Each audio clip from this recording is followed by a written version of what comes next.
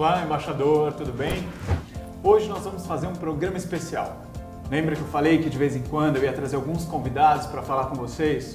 Então, hoje a gente vai falar sobre o mercado de luxo. E eu tô aqui com um expert no assunto, Ferreirinha. Muito obrigado, bem? Tudo ótimo, prazer, Daniel, obrigado. Então conta pra gente um pouco da sua trajetória no mercado de luxo. São muitos anos já, são quase 30 anos lidando exclusivamente com o mercado de luxo na área da inteligência da gestão, desenvolvimento de mercado, inclusive alguns projetos nesses últimos anos com a própria Samsung nesse relacionamento com o mercado de luxo. Eu fui executivo da Louis Vuitton, que é uma grande marca de luxo europeia, mundial, a maior marca de luxo do mundo. Eu fui presidente da operação no Brasil e cuidei de todo o mercado latino-americano. E nesses últimos 16 anos eu tenho uma empresa totalmente especializada nessa linguagem do luxo enquanto negócio, enquanto atividade. Entendi. E o que é o mercado de luxo, afinal de contas? São muitas as formas de se dizer o que é esse mercado de luxo. Eu costumo dizer o seguinte, Daniel, todo produto e serviço que alcança o patamar máximo da excelência, do excepcional. A partir dali é quase impossível você alcançar um outro patamar. Então o luxo, eu costumo dizer que é o estado da arte daquilo que é sensacional, do produto e do serviço que consegue dialogar num outro patamar de relacionamento com o consumidor final. E quem são esses consumidores?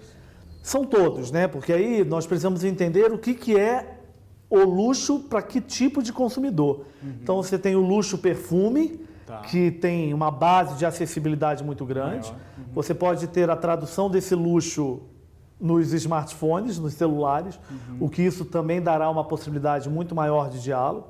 Mas você pode ter o luxo carro, o luxo lancha, o luxo avião. Então a gente tem que entender um pouco que produtos são esses, que serviços são esses e quem é o perfil que vai lidando com esse tipo de produto. Tá, e como é que a Samsung está inserida nesse mercado de luxo? Olha, como definição, vale a pena a gente já dizer de imediato que a Samsung não pode, não deveria e não tem que ser uma marca de luxo. A Samsung é uma marca democrática que está no mercado trabalhando com uma série de consumidores em todos os seus níveis, em todos os seus perfis. As marcas de luxo, por excelência, no seu patamar mais alto, ela trabalha só com um nicho de mercado, o que não é o caso da Samsung. Então, aqui, o que nós dizemos sempre, Daniel, é como é que essa linguagem do luxo pode ser traduzida e usada por diversas empresas em diversos segmentos, em diversas atividades. Então, quer dizer que a Samsung pode ser uma empresa com produtos para todas as bases de consumidores, todos os perfis, todas as idades, de todas as regiões do Brasil, podem acessar a Samsung no seu portfólio de produtos, sejam eles quais forem. E a Samsung pode ter nesse portfólio alguns pequenos, pontuais produtos que vão dialogar com esses consumidores.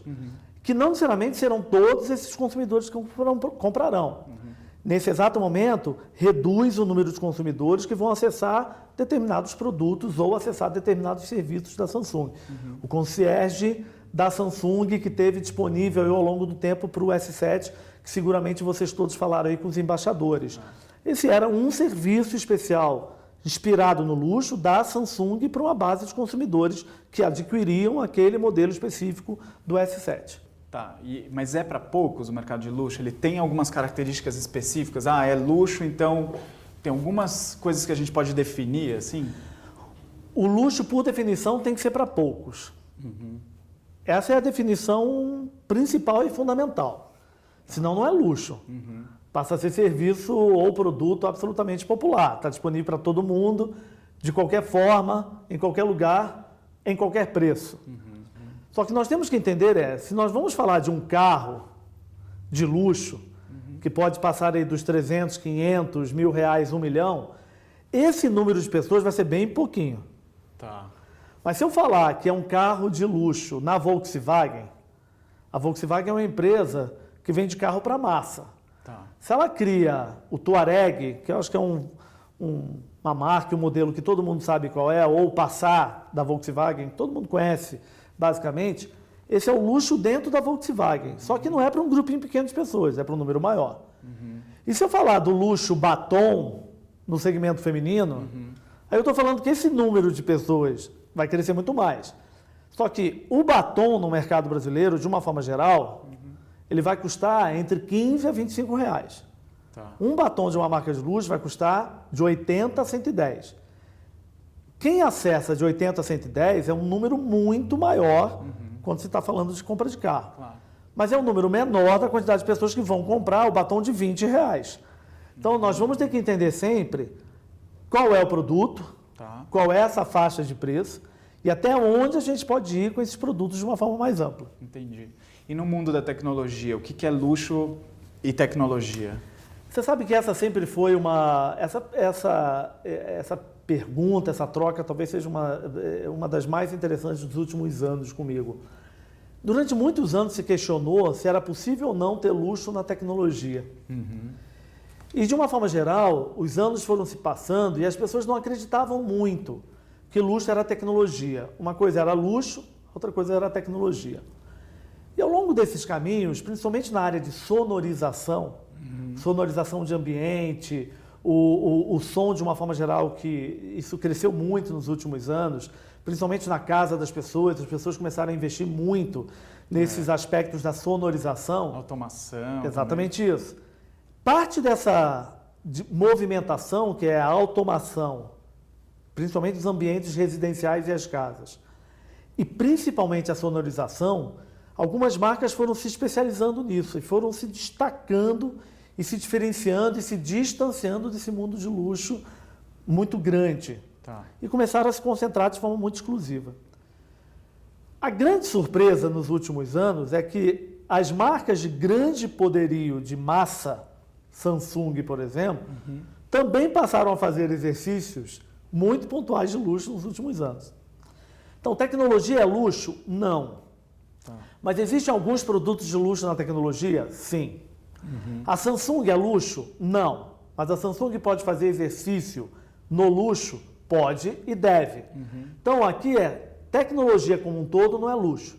Mas algumas marcas e alguns produtos têm feito ótimos exercícios pontuais, pequenos grãozinhos de luxo no segmento da atividade da tecnologia. Tá, e você tem alguns exemplos na Samsung, por exemplo? Olha, a Samsung, isso inicia fortemente com o S7. O S7 e o que a Samsung chama, que essa é a linguagem da Samsung, que são os wearables, essa é uma dinâmica de inteligência de luxo. É a Samsung traduzindo no mundo dela, dentro da possibilidade dela, essa linguagem do luxo, com produtos excepcionais, num patamar muito forte do que se considera um produto sensacional. Tá. Evidentemente, como tem muita tecnologia, o design é muito atual, muito contemporâneo. Então você tem uma linguagem estética muito forte, porque isso é fundamental, Daniel, no mundo do luxo, a estética, o design, de que forma que as pessoas se apaixonam por isso visualmente. Então, se você olhar nesses últimos anos, o S7 que inicia isso forte, e agora aí a chegada desses novos modelos, o S8, ele está num patamar que é o que nós consideramos a tradução desse luxo no mundo da Samsung. Produtos muito especiais, com um design muito contemporâneo e uma linguagem de muita modernidade num patamar elevado. E aí o preço acompanha isso, porque o preço tem que acompanhar isso, né? Tudo é incrível. Bom, a gente vai encerrar esse bloco agora, mas eu volto com o Ferreirinha para a gente falar sobre a conexão do mercado de luxo com o portfólio de produtos da Samsung, especialmente o lançamento Galaxy S8.